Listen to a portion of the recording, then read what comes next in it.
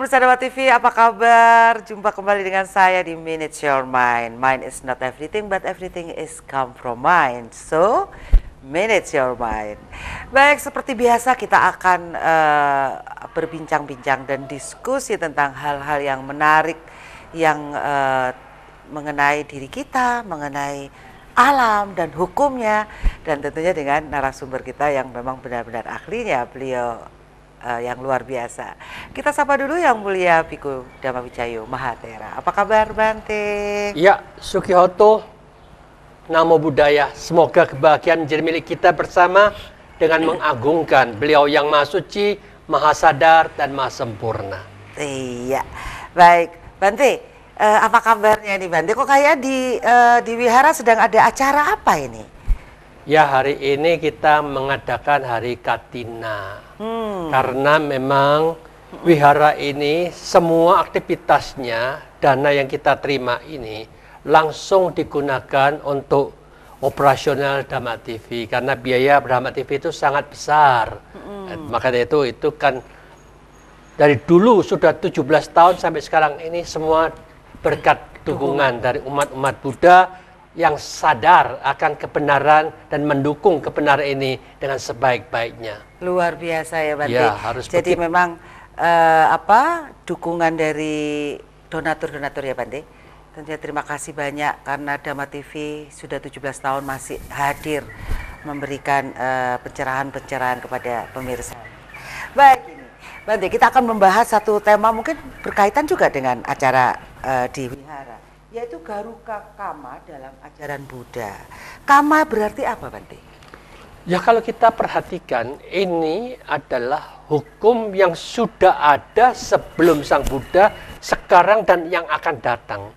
Karena karma itu adalah aktivitas. Aktivitas itu ada yang positif, ada yang negatif. Jadi siapapun juga yang melakukan positif negatif, mereka sudah ngikutin hukum karma itu sendiri, hukum kebenaran itu sendiri. Jadi tidak usah dia percaya atau tidak percaya. Jadi itulah yang dikatakan ilmu agama itulah ilmu yang universal. Jadi dengan demikian tidak usah dipaksa mereka percaya atau tidak percaya. Tetapi yang penting hati-hatilah. Kalau yang negatif itu pasti membuat kita menderita. Kalau positif pasti kita bisa menyenangkan pihak yang lain dan diri kita juga ikut senang dan bahagia. Itulah kenyataan. Marilah kita pilih, kalau ingin bahagia, perbanyaklah yang positif. Kurangi yang negatif supaya kita tidak menderita dan tidak membawa penderitaan bagi makhluk yang lain. Itulah logikanya yang dikatakan hukum karma. Aktivitas positif membawa kebahagiaan, aktivitas negatif membawa penderitaan. Jadi itu ada agama atau tidak ada agama tetap sama. Ada Tuhan, nggak ada Tuhan ya tetap sama seperti itu. Nggak bisa dimonopoli oleh gobek kusing paling benar itu. Malah Sang Buddha kan itulah pandangan yang salah. Kalau kita katakan inilah yang paling benar, yang lainnya salah, juga tidak benar. Ya, baik. Jadi hukum karma itu memang sudah ada sejak sebelum manusia ada, seperti itu ya Bante. Jadi kita mau nggak mau harus tunduk kepada hukum ini. Baik, dalam Nibedika Sutta Buddha Gotama menjelaskan bahwa karma adalah kehendak. Benarkah demikian? Otomatis kehendak itu, otomatis kan kita segala sesuatu dimulai dengan pikiran kita. Pikiran muncul, aku ndelok sesuatu. Aku senang loh ini. Nah, senangnya ini ada dua macam. Kalau itu memang bisa dibeli, kita beli. Kalau itu tidak bisa beli, gimana ya saya supaya mendapatkan itu? Nah, itu toh. Jadi kalau ini mendapatkan itu ya kita bisa minta pada pemilik tempat. Aku boleh enggak minta mangganya nih? Karena sekarang mesti mangga nih. Ya ini kelihatannya kok manis ya. Aku kepingin loh. Jujur itu aku ya? minta. Nah, Jujur ya? Ya itu jujur kita. Apa adanya gitu. Kalau kita, wah aku kepingin tapi kok jaluk nang sebelah izin loh aku. Nah, dengan demikian wis tak godek aja tak jupuk. Nah, itu kan berarti kita tidak mendapatkan izin sehingga mengambil hak milik orang lain. Itu namanya kita tahu bahwa apapun yang bukan milik kita, bukan hak kita, jangan sekali-kali mengambil dengan seenaknya, tapi izinlah kepada sebelah atau rumah siapapun juga, aku njaluk manggane yo. Nah, itu jujur kita. Jadi kita mau itu harus ada caranya. Kalau caranya salah ya kita ikutin hukum karma yang salah. caranya benar ya kita tidak ada kesalahan. Nah itulah namanya memahami hukum, niat dari pikiran kita, tahu mana yang benar dan mana yang salah. Kalau kita tidak tahu yang benar dan salah, sakar PDW, tidak direken itu semuanya. Kita salah tetap salah.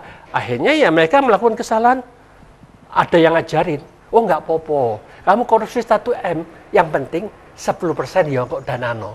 Si penting tang aku loh. Akhirnya Bagi-bagi, dia mengajarkan dengan cara yang salah toh itu. Pokoknya kamu ngasihkan aku 10%-nya, dijamin dosa hilang. Kita dibohongin lagi ya dari agamawan yang seperti itu kan hancur negara kita itu. Ada yang mengatakan juga hasil korupsi jangan dipakai untuk makan di keluarga. Jadi yang gajinya dipakai buat makan nih, Ya. Oke itu halal gitu katanya. Yang hasil korupsi jangan dipakai buat makan. Jadi buat apa dong? Maka dari itulah jadi Itu cara berpikir yang keliru kan, Bante, pokoknya yang sebenarnya. mengajarkan yang nggak beres-beres itu, namanya korupsi itu tetap salah. Kita harus memikirkan bahwa sesungguhnya kita menjabat itu ada tujuannya bagaimana membantu rakyat 280 juta itu bisa aku tolong semampu kita. Kalau kita hanya di kota Malang atau Batu, ya kita bisa bantu untuk 500.000 misalkan, ya sudahlah. Kita bahagia dengan membantu 500.000 itu, bisa senang, bisa damai, bisa bahagia dengan adanya dana ini. Bukan berarti sakarku dewe nggak taksikin mereka, ambil dewe kan mereka nggak tahu juga. Jadi itu kan kita tahu ada cetana, niat kita yang tidak baik karena kita mau ego kita mau ngambil sendiri, tidak mau untuk membagi kebahagiaan kepada pihak yang lain. Maka itulah yang dikatakan cara memerintah seperti ini dengan pikirannya negatif seperti itu, dia melakukan karma yang sangat buruk karena dia harus bertanggung jawab terhadap 500.000 orang itu.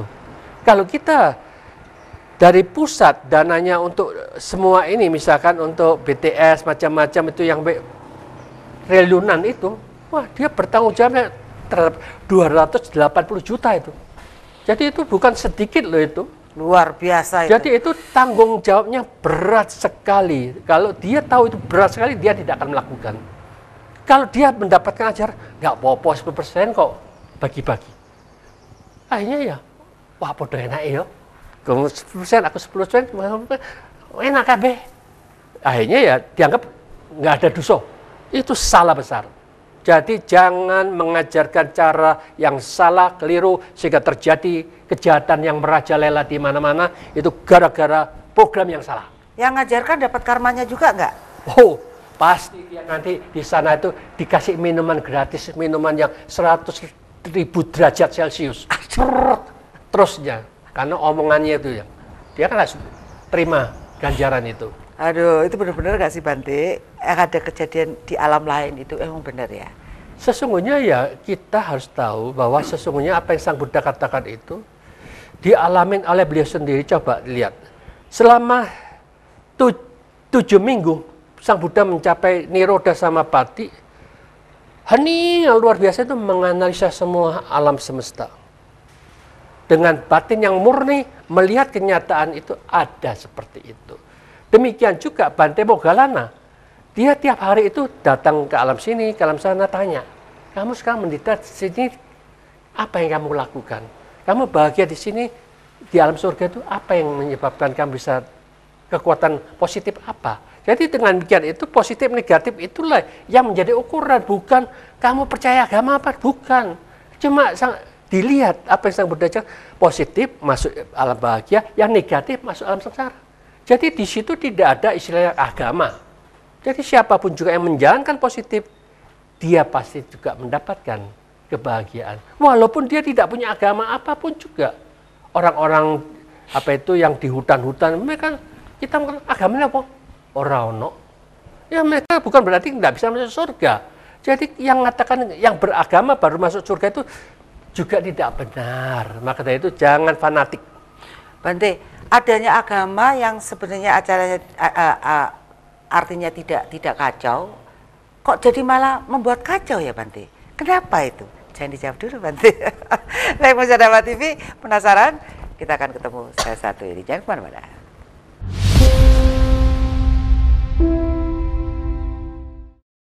Baik, pemirsa Dhamma TV masih di Manage Your Mind bersama saya Satna Dewi dan narasumber kita yang mulia Biku Dhamma Wijayo Pahatera. Baik Bante, jadi kalau hukum karma itu sebenarnya sebelum kedatangan agama pun sudah ada. Nah, kenapa sejak zaman Baha'u'llah nih sampai perang salib segala macam itu kan agama justru yang menjadi kekacauan?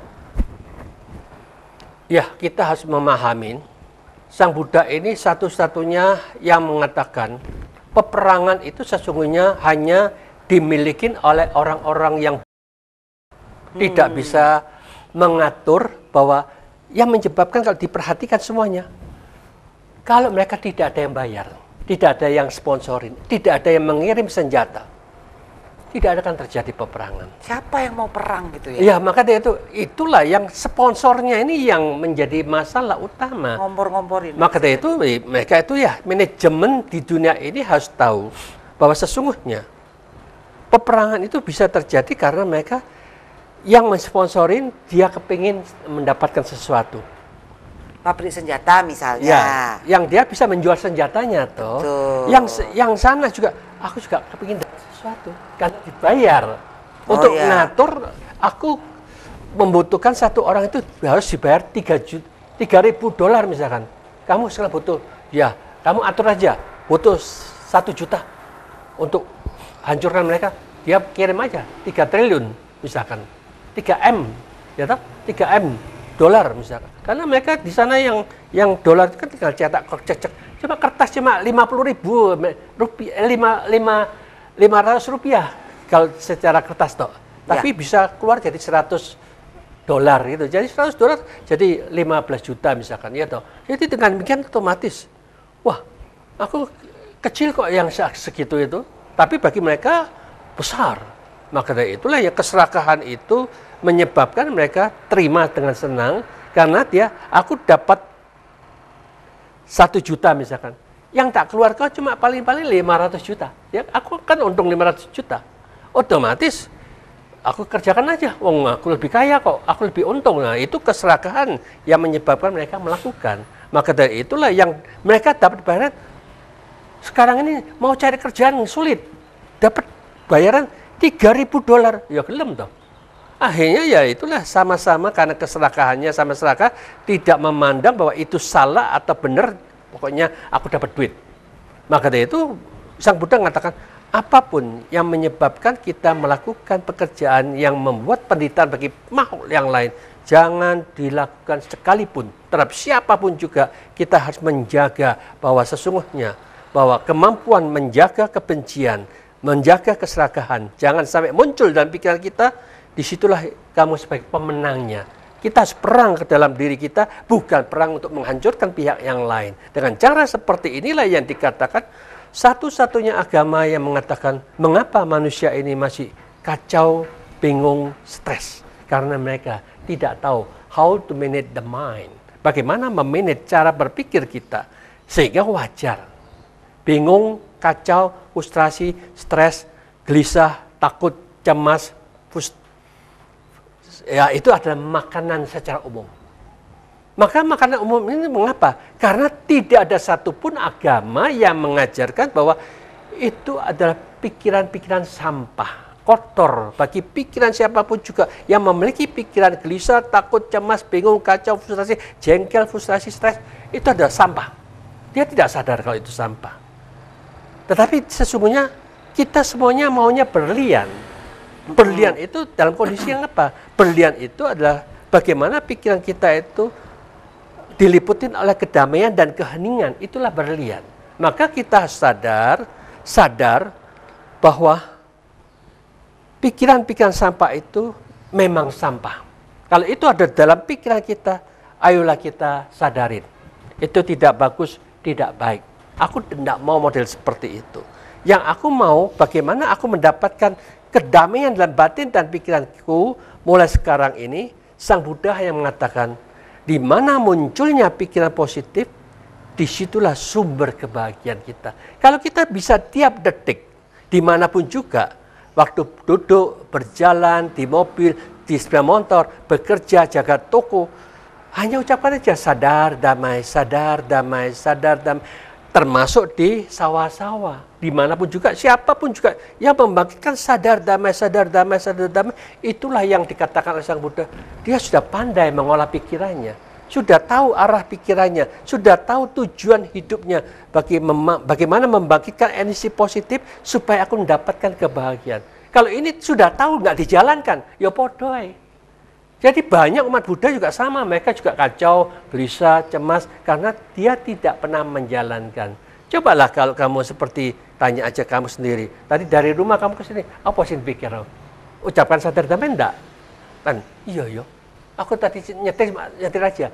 Coba nanti berubah, dari sini pulang, sadar damai, di mobil, sadar damai, sadar damai, sadar. Nggak mikir risik lain-lain, yang ada cuma satu, sadar damai, kita akan mendapatkan dalam waktu 2 minggu kok lebih bahagia, lebih sejuk, lebih tenang, karena kita bangkitkan tiap detik bahagia, akhirnya kita terus berbahagia karena kita sudah tahu cara bekerja dari hukum karma, di mana yang positif, disitulah kebahagiaan akan muncul bagi siapapun juga, tidak dimonopoli cuma umat Buddha.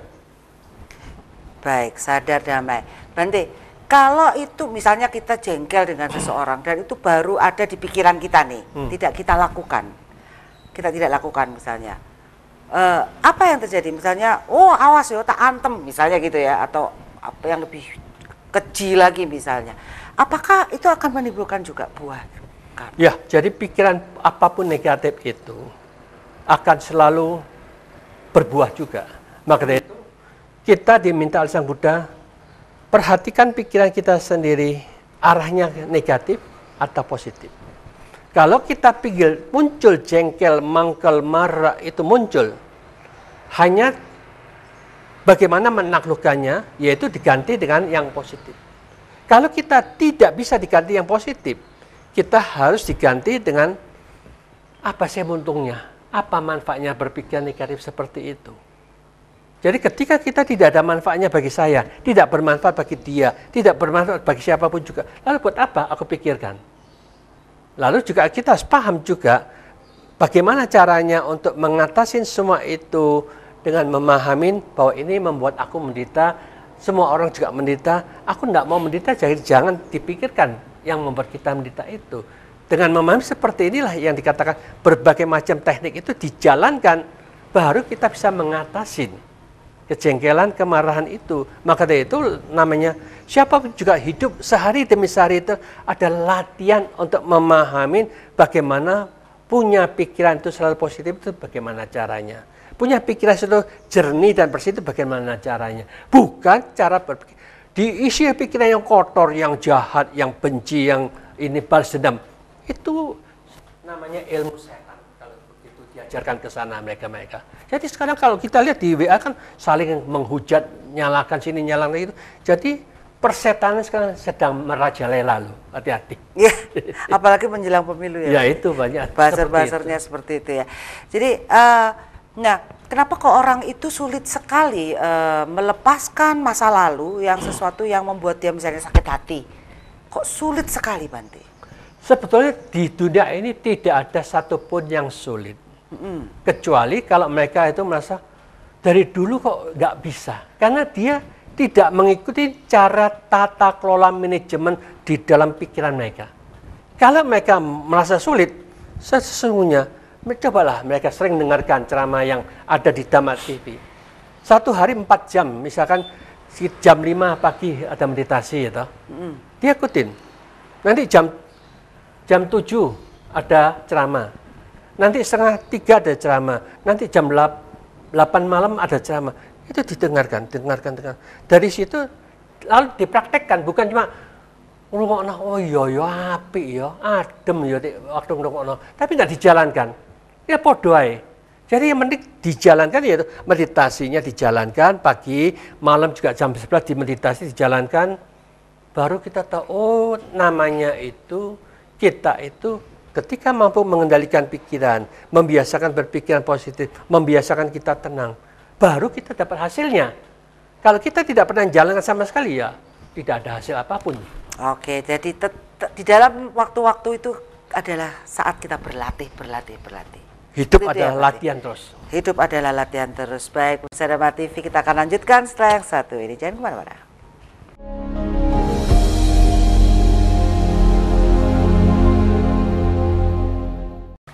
Baik, pemirsa Dharma TV, kita lanjutkan dengan tema Garuka Karma dalam ajaran Buddha. Nah, Bante, sekarang di dalam hukum karma kan ada sangat banyak jenis karma nih. Nah, contohnya tuh apa? Apa itu Garuka Karma? Nah, contohnya karma-karma itu apa aja, Bante? Ya sesungguhnya karma itu kalau yang penting itu gini aja. Kita harus tahu ada karma 10 karma yang baik, juga ada karma 10 yang negatif. Jadi itu ada di dalam diri kita. Jadi kita tidak bisa membohongin itu positif atau negatif, tetap negatif, tetap negatif. Yang positif tetap positif. Jadi seperti segala sesuatu harus dimulai dari pikiran. Siapapun juga yang memiliki pikiran, dominasinya ada di dalam keserakahan. Dominasi dalam kebencian. Serakah dan benci itu ada di dalam diri tiap orang. Ternyata itu semuanya dipimpin oleh ketidaktahuan bagaimana mengarahkan pikiran dengan tepat arah, tepat gunanya. Karena dia bodoh, tidak tahu sama sekali. Maka dari itu kalau agama tidak pernah mengatakan keserakahan, kebencian, dan kebodohan ini sumber penyakit, dia tidak akan mengatasi cara membimbing, mengarahkan muridnya dengan benar. Kalau ini negatif, pikiran negatif, ucapannya mengikuti. Yang menggerakkan adalah pikiran kita. Otomatis dia benci, dia serakah, kata-katanya itu seperti itu. Jadi ada 4 kata-kata yang negatif. Kata-kata kasar, caci maki, atau fitnah, bohong, kata-kata yang tidak ada gunanya. Apapun yang tidak ada manfaatnya, kita mengfitnah, kata-kata kasar, kata-kata ngomong seakar PDW, itu semuanya tidak bagus kalau diucapkan seperti itu. Maka ketika pikiran negatif ini juga bisa membuat kita melakukan sesuatu yang negatif. Melakukan pembunuhan. Melakukan mengambil yang bukan hak kita. Seperti koruptor, perampok, pencuri itu termasuk seperti itu. Lalu melakukan persinahan. Tidak puas dengan istri satu, golek loro, telu, papat, 5, 6, sampai 100 pun masih belum puas. Itu dia serakannya luar biasa. Karena persinahannya. Jadi dari serakah inilah menyebabkan dia melakukan hal negatif itu. Dan akhirnya ya otomatis. Semua ini kalau bisa dihentikan, pikiran positif, ucapan positif, dan tingkah laku positif, berarti dia tidak serakah. Pikirannya harus diarahkan jangan serakah. Dengan sering membantu, menolong siapapun juga yang mereka perlu bantu. Kita juga jangan membenci. Kembangkan dengan cinta kasih. Cinta kasih bukan cuma ngomong tok, tetapi dipraktekkan yang nyata, diaktifkan dalam cara berpikir kita. Apa itu cinta kasih? Kita juga memahami, jangan memiliki pikiran yang bodoh. Tidak tahu, pikirannya mau dikerjakan kemana. Jadi kita harus ada pegangan, oh aku harus kerjakan dimanapun juga. Ada pikiran-pikiran positif, sadar damai, berarti kita tahu saat ini aku membangkitkan energi positif dimanapun juga aku sudah bangkitkan. Nah, itu namanya kita sudah berusaha untuk mengurangi, melemahkan energi negatif itu. Jadi ini bukan teori, ini bukan percaya, tetapi harus dilaksanakan baru ada hasilnya. Kalau ini sudah positif, ucapan kita pasti seperti itu. Kita tidak pernah bicara yang kasar-kasar, yang bohong, yang caci maki, yang fitnah sini, jelekan sana. Itu tidak ada gunanya, ngapain kita ucapkan, ya toh? Jadi 4 hal dari ucapan ini pasti dengan benar. Kalau ini sudah benar, pikiran sudah benar, otomatis tingkah laku ini juga benar. Dia tidak akan membunuh, otomatis peperangan tidak akan terjadi. Dia juga tidak akan terjadi perampokan atau korupsi. Karena orang yang perang itu karena dia sesungguhnya ingin mendapatkan harta yang lebih banyak. Sehingga dia terjadi peperangan. Termasuk mereka-mereka sekarang yang mau menduduki sebagai politikus. Jadi kalau mereka cari kedudukan sebagai politikus, tujuannya cari uang, itu sudah tidak tepat arahnya. Dia menjadi politikus sesungguhnya, dia akan mengabdikan ilmunya itu demi kesejahteraan dan kebahagiaan semua makhluk. Kalau biar dijalankan, otomatis dia akan terpilih dengan sebaik-baiknya. Maka dari itulah yang dikatakan, inilah yang dikatakan 10 karma positif, 10 karma negatif. Maka dari itu yang dikatakan Garuka Kama juga ada 2. Garuka Kama itu adalah yang positif. Aku salah Garuka Kama itu yang negatif. Jadi kita yang negatif itu membunuh orang tua. Wah, Itu sangat-sangat ada berat. tuh ya sekarang terjadi. Ya, memecah belah semua agamawan. Jadi itu juga berat sekali. Betul, betul, betul. Lalu korupsi uang harta negara itu yang untuk 280 diambil untuk kepentingan pribadi, itu juga berat. Maka dari itu, kalau kita tahu apa itu yang berat, jangan dilakukan. Tetapi yang berat, yang positif, siapapun juga yang bisa meditasi masuk jana pertama, kedua, ketiga, keempat, itu termasuk Garuka Kama yang sangat-sangat luar biasa positifnya. Kusala itu. Ya, Kusala Garuka Kama. Kusala Garuka Kama. Oke. Nanti ada yang ngomong gini, ada yang nggak percaya sama hukum karma. Buktinya apa? Itu para koruptor masih senang-senang aja hidupnya, kaya, dia kemana-mana, pokoknya kayak gitu. Kapan sebenarnya karma itu berbuah, Bante?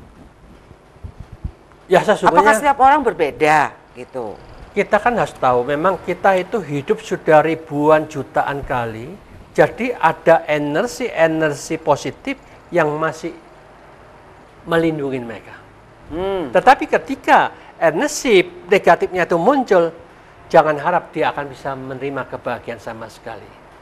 Tapi ya itulah yang dikatakan ketidaktegasan di dalam hukum yang ada di Indonesia. Kalau di Tiongkok itu, siapapun yang korupsi lebih dari 230 juta, sudah give up, langsung. Ini sudah triliunan masih enak-enak berleha-leha. Aku bukan korupsi kok, bagi ke sini, partai itu, semuanya dapat bagian itu. Saya bagi-bagi, jadi para partai-partai semuanya diam mulut semuanya. Nggak mau otak-atik mereka, aku dapat bagian kok, podo senengi. Sulit, maka dari itu, kalau tegas tidak peduli, partai itu ya tutup aja partainya kalian. Bante, kalau seseorang yang bersalah dihukum mati, Bante, bagaimana ketika dia lahir kembali? Apakah dia masih membawa suatu perilaku yang sama ketika nanti dia dilahirkan kembali? Kalau dia mati dengan korupsi itu pasti menderita terlebih dahulu. Ya, masuk alam sengsara yang dalam. Nanti ketika dia berproses pada satu saat mengalami proses ke alam setan-setan kelaparan juga, yang lapar, yang haus, yang kepanasan, yang kedinginan, pada satu saat dia lahir sebagai binatang, di mana-mana dia sulit untuk dapat makanan. Habis di situ bisa lahir sebagai manusia dalam keluarga yang miskin dan sulit mendapatkan makan dan minum. Jadi serba sulit akan terjadi. Jadi kita tahu berapa banyak orang yang mengalami kesulitan seperti itu. Jadi itu bukan Tuhan yang menentukan, tetapi itu karmanya dia sendiri. Jadi kita tidak bisa menyalahkan Tuhan. Tuhan itu bukan berarti mereka yang menentukan takdir dan nasib manusia. Tuhan dalam agama Buddha itu adalah tujuan dari semua makhluk yang sudah mencapai kesucian batin dan pikiran. Kalau kita masih belum suci, yang ketemu itu hantu kabeh. Kebanyakan ganti hantu toh. Seraka, ya benci, ya caci maki, ya fitnah, saling menjatuhkan. Berarti di kehidupan manusia ini ternyata wujudnya manusia tapi dalamnya belum tentu. Iya, lebih banyak setan-setan dan hantu-hantunya, kasihan deh lu. Baik. Berarti hukum karma ini mutlak, otomatis, dan berlaku untuk semua. Tidak dapat lari, sampai ke lubang semut pun tidak bisa lari. Ya makanya itu, semut-semut itu ya mereka tetap menerima hukum karma. Semua antara lain ya, ya, menjadi binatang itu ya, hidupnya di leng-leng gitu ya. Oke. Jadi caranya untuk karma terberat tadi membunuh tadi ya, Pak ya? Membunuh tadi ya. Kalau agar terhindar dari Garuka Kama gimana nih? Apakah penjara dunia nih udah dimasukkan sel, membunuh misalnya, masuk ke sel, apakah itu akan mengurangi? Sesungguhnya begini ya, kalau dia di sel itu dapat pembinaan agama yang tepat, nah itu akan bisa ada sesuatu segi positif yang mereka dapatkan. Kalau dia sama sekali seperti sekarang, di dalam penjara tidak ada ajaran apa-apa. Yang keluar melakukan lagi. Ya maka dari itu, itulah namanya cara membimbing mereka itu Tidak ada satupun yang tepat. Manajemen semuanya salah. Jadi otomatis dunia ini jadi kacau karena manajemen di penjara. Bagaimana mereka mendidik orang yang tidak beres itu jadi beres. Itulah seharusnya seperti itu. Iya, Bante, benar Bante. Wow, ternyata mereka keluar dari penjara melakukan lagi karena masuk lagi kan gratis. Mereka bisa berleha, dapat makan gratis, dapat tempat tidur gratis. Melakukan lagi Bante. Di luar sulit. Gimana Itulah itu ya, jadi Bante, harus dipikirkan bersama, itu harus dirubah, yang salah jangan tetap dibiarkan. Oke, baik pemirsa Dhamma TV, kita akan melakukan meditasi bersama di sesi terakhir nanti, segmen terakhir ya Bante. Jadi kita bisa mempraktekkan langsung apa itu meditasi nanti bersama Biku Dhamma Wijaya Matera. Jangan kemana-mana, kita akan ketemu setelah satu ini.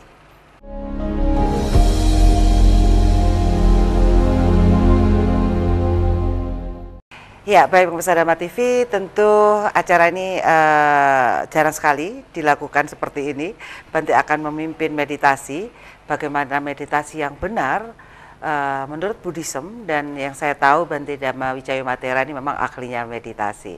Dan hasil dari meditasi itu nampak juga membawa ketenangan, kedamaian, dan ketika menghadapi suatu persoalan kita bisa langsung mengkronologis. Itu yang saya lihat. Jadi begitu ada, biasanya kalau orang-orang itu mendapat suatu persoalan itu biasanya kaget, bingung, shock gitu ya. Tetapi yang saya lihat dari Bante Dhamma Wijaya ini saya jadi pengamat ya Bante. Begitu ada suatu persoalan itu langsung bisa mengkronologis sebabnya, akibatnya, kemudian solusinya.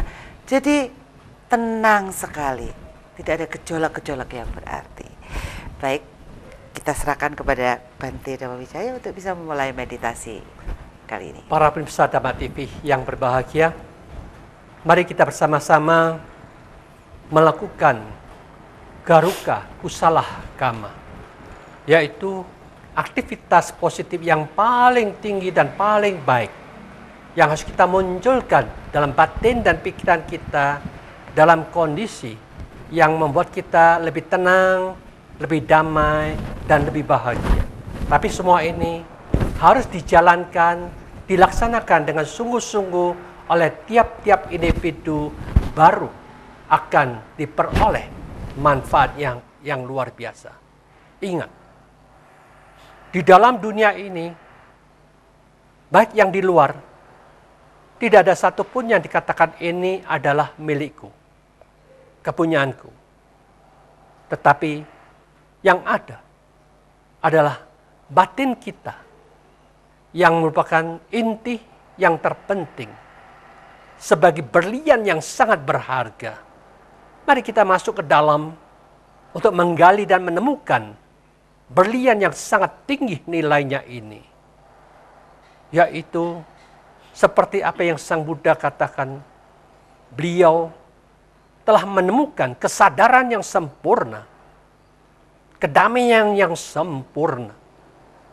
Kita yang yakin sama Sang Buddha, mari kita ucapkan Buddho. Buddho. Buddho artinya beliau yang tersadarkan sempurna, yang tersadarkan, yang sempurna di dalam kedamaian.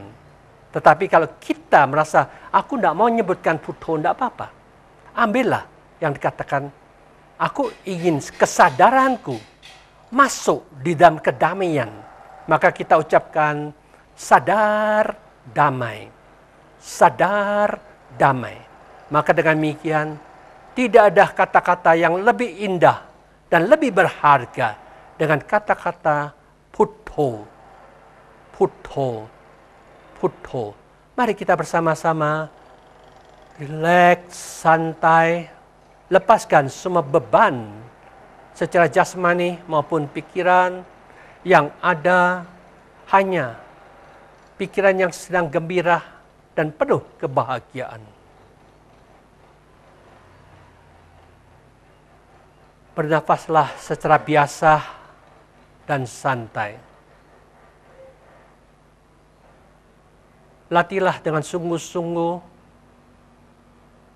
dengan penuh perhatian, untuk mendeteksi nafas kita masing-masing. Tarik nafas, ucapkan put, keluar nafas to. Tarik nafas put, keluar nafas to. Tarik nafas put, keluar nafas to. Atau tarik nafas sadar, keluar nafas damai. Tarik nafas sadar, keluar nafas damai. Tarik nafas sadar, keluar nafas damai. Ambil salah satu dengan sungguh-sungguh, tidak perlu ragu, tidak perlu bimbang, karena hanya memancing pikiran dengan kata-kata satu kata, baik puto atau sadar damai, boleh dipakai. Meditasi mulai.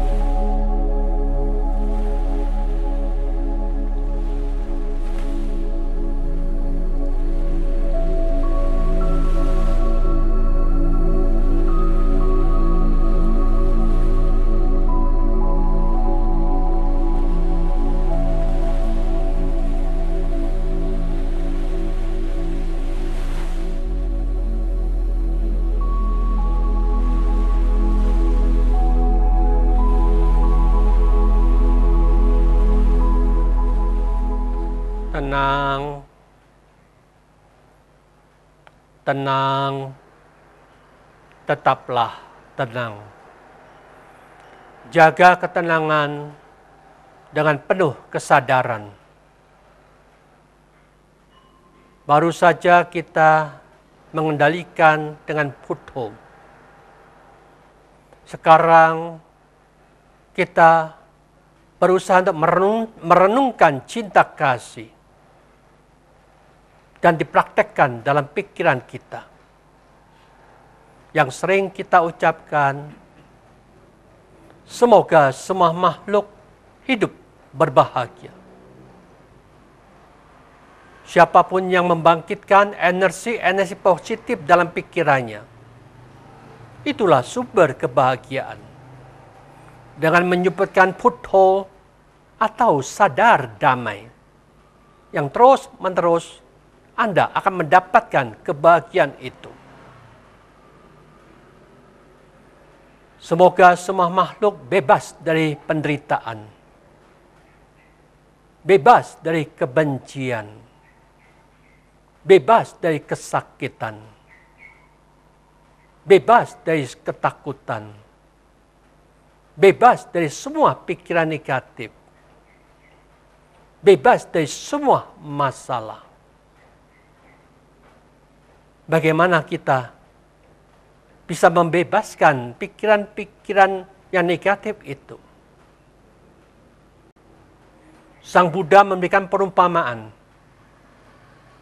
Semua yang negatif itu kita masukkan dalam kotak yang kuat, kokoh, dan terkunci rapat.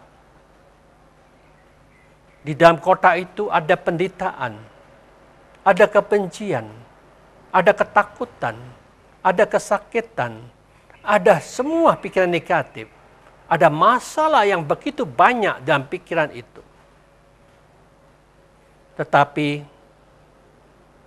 kesalahan kita, kesadaran ini masuk dalam kotak itu.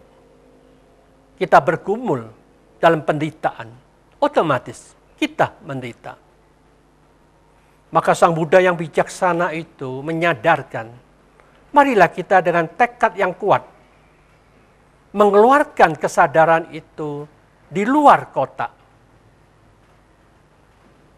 Ketika kesadaran di luar kotak, hanya mengamatin, hanya mengetahui, memang di kotak itu ada penderitaan, ada ketakutan, ada kebencian, ada kesakitan, ada masalah, ada pikiran-pikiran negatif yang begitu banyak. Tetapi si pengamat yang sadar, bukan penderitaan itu, bukan kebencian itu, bukan ketakutan itu, bukan masalah itu. Disinilah yang dikatakan, yang sadar ini bebas dari semua itu. Yang masalah adalah kita mengikuti permainan pikiran kita yang salah terus-menerus. Maka sekarang kita tidak mengikuti yang salah, masuk di dalam kesadaran yang kuat dan kokoh. Disinilah yang dikatakan, di mana bebasnya penderitaan, disitulah kesadaran kita kuat. Kita akan terbebas dari semua penderitaan itu. Biasakan melatih seperti itu. Kita tahu mana yang membuat kita menderita, tidak pernah kita ikutin. Mana yang membuat kita lebih damai dan hening, itulah yang sadar sepenuh-penuhnya, sadar tempat, bebas dari semua penderitaan. Maka kita bersama-sama mengulang kata-kata cinta kasih itu. Semoga semua makhluk hidup berbahagia, bebas dari semua penderitaan, bebas dari semua kebencian, bebas dari semua ketakutan, bebas dari semua kesakitan, bebas dari semua pikiran negatif, bebas dari semua masalah. Dan akhirnya semoga semua makhluk bisa menjaga kebahagiaan mereka masing-masing. Mari kita mengulang kata-kata cinta kasih itu, dan dibentuk dan diciptakan muncul dengan sungguh-sungguh di dalam pikiran kita, sehingga kita mampu menata dengan sempurna pikiran ini, mengikuti cara beliau yang tersadarkan sempurna, yang telah mencapai kedamaian yang sempurna. Semoga kita semua menemukan sadar damai yang sesungguhnya di dalam pikiran kita pribadi masing-masing. Baik, pemirsa Dhamma TV, sudah kita lakukan meditasi bersama dan semoga ini bisa dipraktekkan dan mendatangkan manfaat bagi kita dan juga keluarga kita. Saya Satna Dewi peserta kru Dhamma TV mengucapkan banyak terima kasih dan mohon maaf jika ada salah kata. Terima kasih. Namo Buddhaya. Semoga semua makhluk hidup berbahagia. Sukhi Hotu. Namo Buddhaya.